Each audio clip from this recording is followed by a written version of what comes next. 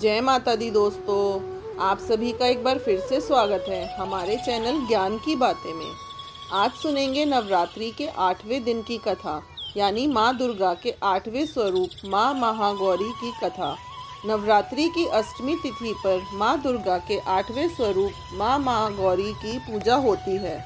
आज नवरात्रि का 8वां दिन है और लोग महागौरी की पूजा कर रहे हैं।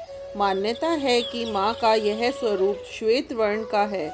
कई घरों में नवरात्रि की अष्टमी तिथि पर कन्या भोज कराया जाता है और इसी के साथ कई भक्त नवरात्रि की अष्टमी तिथि पर भी व्रत का पारण करते हैं।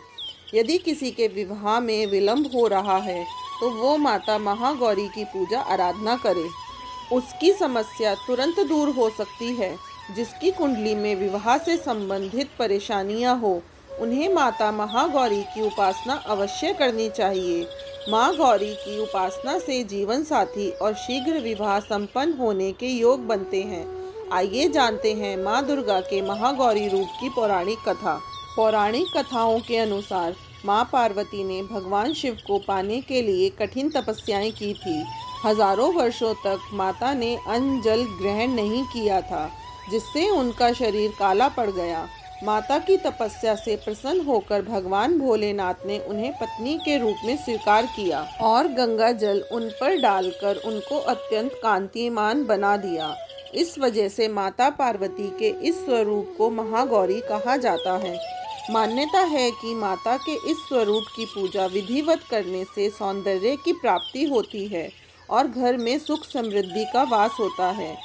पर महागौरी के वर्ण को लेकर एक अन्य कथा भी है, जिसके अनुसार माँ को अपना यह रूप ब्रह्मा जी के आशीर्वाद से मिला है।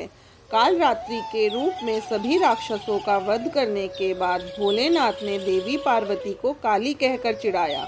इस पर माता ने उत्तेजित होकर ब्रह्मा जी की कड़ी तपस्या की। ब्रह्मा जी ने देवी से प्रसन्न होकर माँ पार्वती को साक्षात दर्शन दिए और हिमालय के मानसरोवर में स्नान करने के लिए कहा, जिसके बाद माँ का शरीर दूध की तरह सफ़ेद हो गया। माता के इसी स्वरूप को महागौरी कहा जाता है। माता महागौरी का स्वरूप बहुत ही उज्जवल, कोमल, श्वेत वर्ण और श्वेत वस्त्रधारी है। देवी एक हाथ में त्रिशूल और दूसरे हाथ में डमरू लिए हुए हैं और नीचे वाला हाथ अभय मुद्रा में है। देवी महागौरी को गायन संगीत बहुत प्रिय है और यह सफ़ेद वृषभ यानी बैल पर सवार है। माता का काल रात्रि स्वरूप जितना भयंकर है, उतना ही महागौरी का स्वरूप शांत और दृष्टिवत है। अष्टमी तिथि को इनकी पूजा करने से सभी मनोकामनाएं पूर्ण हो जाती हैं।